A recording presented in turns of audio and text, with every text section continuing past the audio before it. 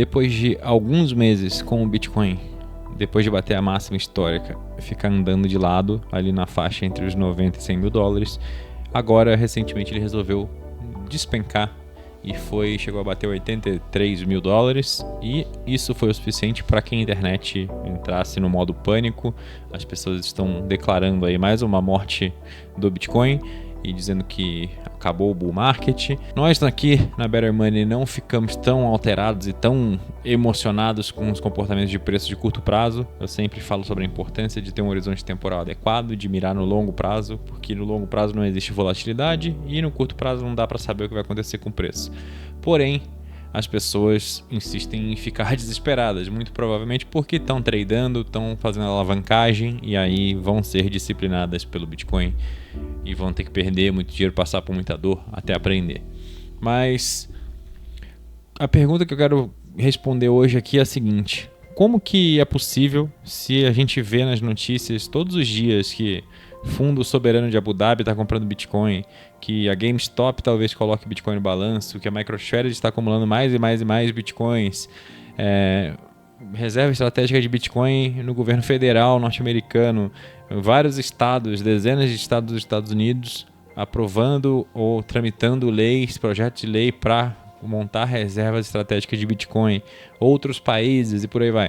Então é uma notícia bullish atrás da outra, cada uma dá pra gente a impressão de que o Bitcoin tá muito, muito barato e que tem alguma coisa esquisita. E por isso tem muita gente na internet que já vem com a resposta pronta dizendo que o preço está sendo manipulado, que a Coinbase está em conluio com o governo americano ou com quem quer que seja para vender bitcoins de mentira no mercado e suprimir o preço no curto prazo para manipular e tirar os bitcoins dos bolsos das pessoas pequenas e botar no bolso das baleias.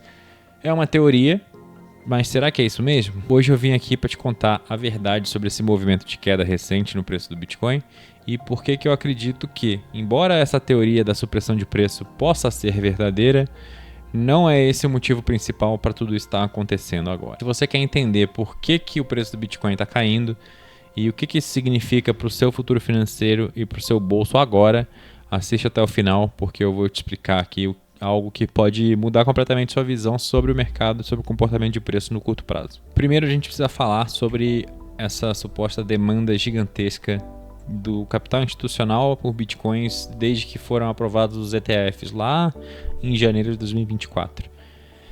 Os ETFs desde janeiro de 2024 quando começaram a ser negociados nos Estados Unidos, receberam mais de 38 bilhões de dólares em Bitcoin. Isso significa que 38 bilhões de dólares entraram no Bitcoin e então por que o preço não explodiu? É a pergunta que eu faço para você. E a resposta está nos detalhes. Tem uma análise que revelou, essa análise aqui da 10x Research, revelou que apenas 17,5 bilhões, 17,5 desses 38, mais ou menos metade aí, um pouco menos da metade, são de investimento real de longo prazo. Ou seja, a outra metade vem de uma outra manobra, uma outra operação que as grandes instituições fazem nos bastidores, que é um jogo que a maioria dos investidores de varejo não tem a menor ideia de como funciona, não percebem que está acontecendo. Estou falando do famoso carry trade. Bom, o carry trade basicamente é uma forma de você se beneficiar e gerar dinheiro através da volatilidade de um ativo, sem necessariamente fazer uma aposta de que ele vai se valorizar ou se desvalorizar. Você pode ganhar dinheiro com a volatilidade do Bitcoin sem esperar ele ganhar, ele subir de preço ou ele cair de preço. Vamos direto ao ponto para eu explicar para vocês como que isso funciona. As instituições, grandes instituições como hedge funds, fundos de pensão, etc., não estão comprando Bitcoin só necessariamente porque eles acreditam que o futuro será hiperbitcoinizado e que o preço do ativo vai se valorizar 10, 50, 100 vezes. Não necessariamente. Muitos estão apostando nisso, mas não todos. Tem muita gente que está simplesmente explorando a volatilidade para lucrar, porque o Bitcoin é uma classe de ativo muito mais volátil do que no mercado tradicional e, por esse motivo, é um território muito fértil para você farmar essa volatilidade. O que eu quero dizer com isso? O carry trade nada mais é do que o seguinte: você, um investidor institucional, você pega 100 milhões de dólares, estou dando um exemplo aqui arbitrário, tá? E você, com esses 100 milhões de dólares, você precisa transformar isso em fluxo de caixa. Você pega metade desse dinheiro, 50 milhões, e compra Bitcoin no mercado à vista. Vai lá na Coinbase, vai em qualquer corretora e compra 50 milhões de dólares de Bitcoin, beleza? Ao mesmo tempo, você pega e vende uma quantidade de contratos futuros de Bitcoin equivalente a 50 milhões de dólares. O que isso quer dizer? É o que eles chamam de delta neutral, né? Fazer um delta hedge, ou seja, você está ao mesmo tempo comprado e vendido em 50 milhões de dólares de Bitcoin. Só que em descasamento temporal aí. Comprado no momento presente, no mercado spot, e vendido no futuro.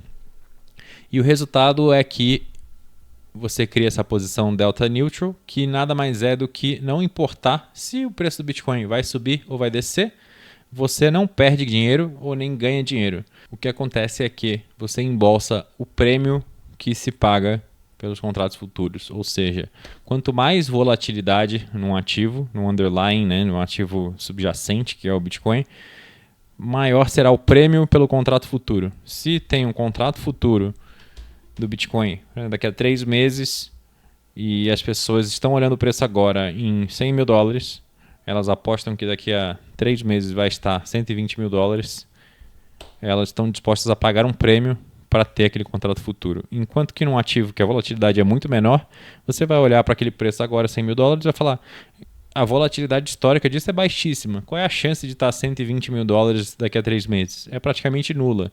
Então vou pagar um prêmio menor. E não quero sair numa tangente aqui e falar de MicroStrategy, mas nada mais o que o Michael Saylor está fazendo é exatamente isso. Ele está desenvolvendo um produto extremamente volátil e transformando a volatilidade em um produto de prateleira, em vários produtos de prateleira, na verdade, que ele oferece para diferentes gostos e diferentes pools de capital que estão represados em classes de ativo menores com menos volatilidade. As pessoas querem essa volatilidade e ele oferece uma solução para isso, para institucionais e pools de capital que não podem comprar Bitcoin diretamente. Mas voltando ao Bitcoin e ao carry trade. Se existe um prêmio grande pelo futuro e as instituições estão comprando no spot e vendendo no futuro, elas estão embolsando esse prêmio. Então, isso pode ser muito positivo se você fizer com altos volumes financeiros. Se você faz isso com os seus 50 mil reais, talvez dê para gerar um dinheirinho. Mas se você fizer com alguns bilhões de dólares, isso pode ser bem interessante e pode rentabilizar o seu fundo e basicamente pode ser uma estratégia bem interessante. A volatilidade implícita do Bitcoin historicamente está sendo mais ou menos 60% ao ano, enquanto que outras classes de ativos do mercado financeiro mais tradicional variam aí entre 10% e 20%. Isso explica os prêmios maiores no Bitcoin e explica por que o carry trade no Bitcoin pode ser tão interessante, principalmente se você tem montanhas de dinheiro aí para fazer carry trade. Mas como que esse negócio impacta o preço do Bitcoin? Aqui que está o pulo do gato que pouca gente entende.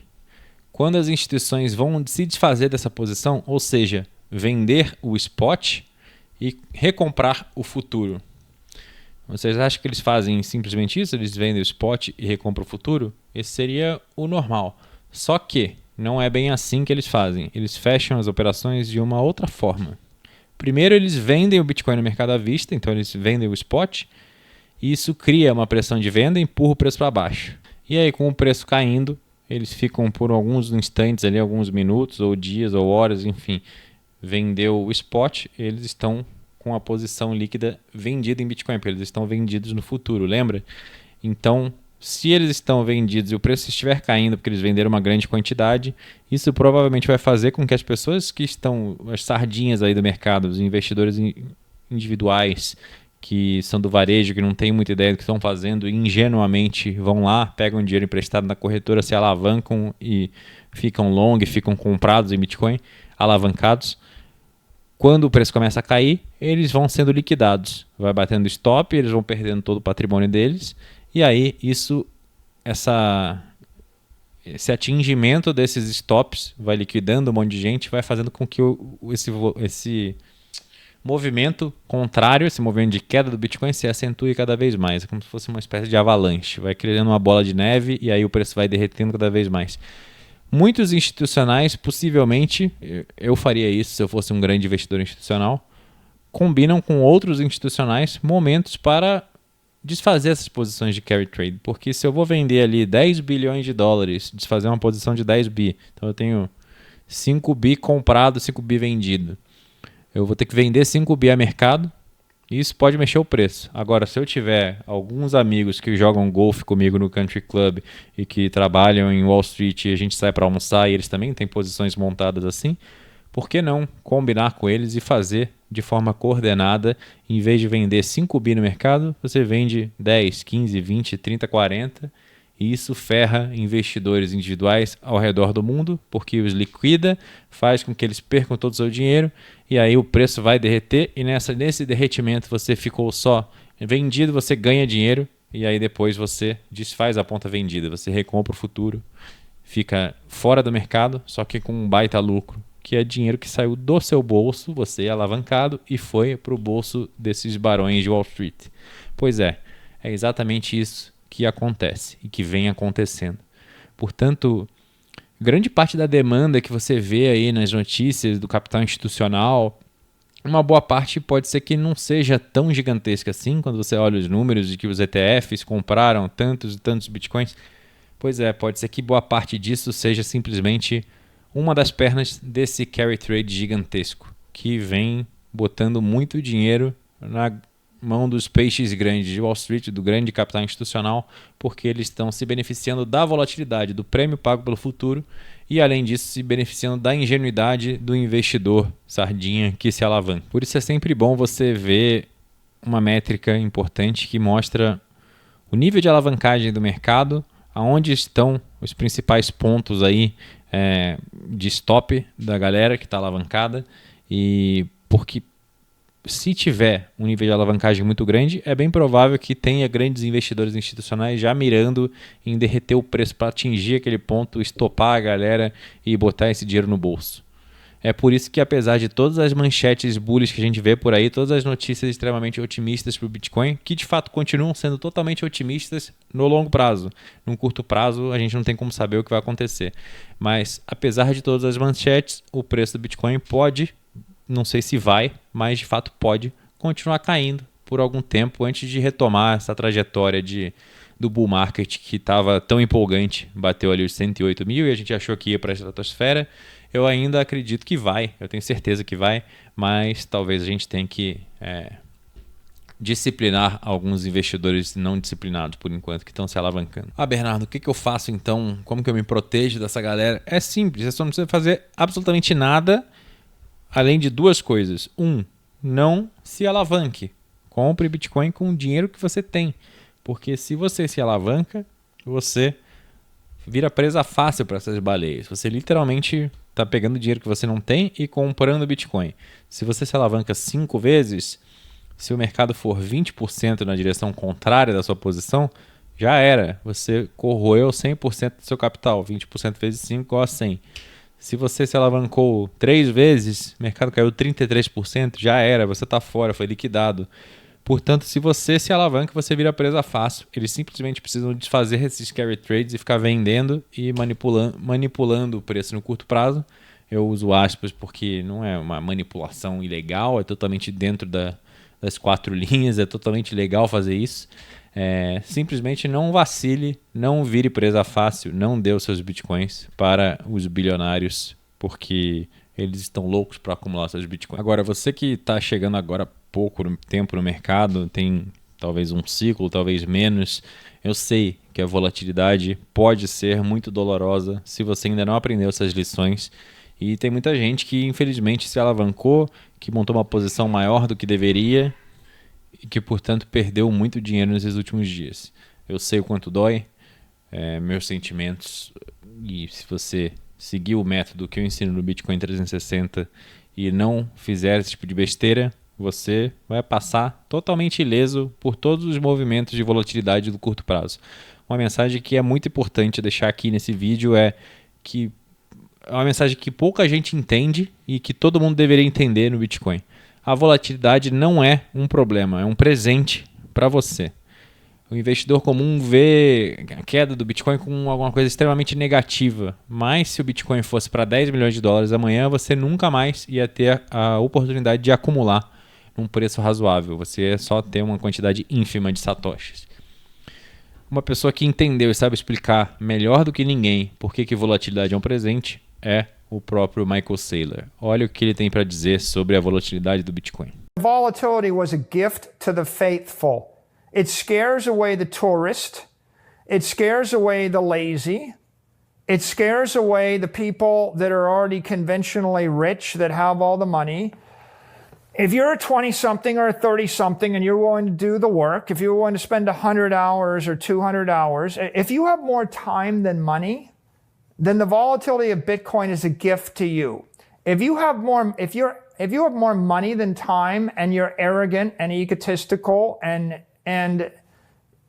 you just pick the obvious, then if the volatility goes away, you buy Bitcoin. If people in the rest of the world knew what I know and they understood and they agreed with me, Bitcoin would go to $10 million tomorrow. And if Bitcoin went to $10 million tomorrow, I want you to think about how you would feel and how your viewers would feel, because you would lose 20 years of stacking opportunity during which you get to buy at less than $10 million. So the difference between $10 million and 100,000, that's what you give up if the volatility goes away and people start to agree with you. Palavras irretocáveis do Saylor. Se você tem mais tempo do que dinheiro, que é o caso de muitas pessoas que estão aqui, a volatilidade do Bitcoin é a sua melhor amiga e você deveria tratá-la como tal. Porque ela expulsa os fracos, expulsa aqueles que são impacientes, que têm alta preferência temporal, que querem enriquecer semana que vem, expulsa aqueles que não entenderam o nome do jogo. E aí sobra apenas eu, você e os maximalistas e a galera que tem plena convicção e que sabe para onde o Bitcoin vai no longo prazo. Conta aqui para mim nos comentários o que você aprendeu aqui hoje e o que você acha sobre tudo isso que eu falei. Recapitulando, primeiro, nem toda a compra de Bitcoin pelos ETFs talvez seja demanda real de longo prazo. A gente viu que o carry trade pode ser responsável por uma boa parte dessa demanda. Os institucionais estão jogando esse jogo, estão jogando pesado para lucrar, colocando o prêmio sobre a volatilidade no bolsinho deles. Segunda lição do vídeo de hoje é nunca use alavancagem, porque se você faz isso, você se torna alvo fácil para ser liquidado a qualquer momento. Terceiro, volatilidade não é um bug, é uma feature do Bitcoin. Quem entende isso, aproveita os momentos de queda como agora para acumular mais Bitcoin comprando com desconto e se proteger do futuro iminente e inevitável colapso do sistema fiduciário. Agora, se você quer aprender isso e muito mais sobre como proteger o seu patrimônio da forma correta e se posicionar corretamente no Bitcoin com um horizonte de longo prazo, com gestão de risco adequada, com a alocação ideal do seu patrimônio e com a autocustódia mais segura possível, o lugar para você aprender tudo isso é o meu curso completíssimo Bitcoin 360. Lá eu te mostro a estratégia sólida para o longo prazo para você evitar toda e qualquer armadilha que existe no mercado aí que está pronta para tomar os seus satoshinhos suados. O link está aqui na descrição desse vídeo. E se esse vídeo fez sentido para você, por favor, não se esquece de deixar o like, comentar aqui embaixo o que você achou e se inscrever no canal. E eu te vejo no próximo vídeo. Fui.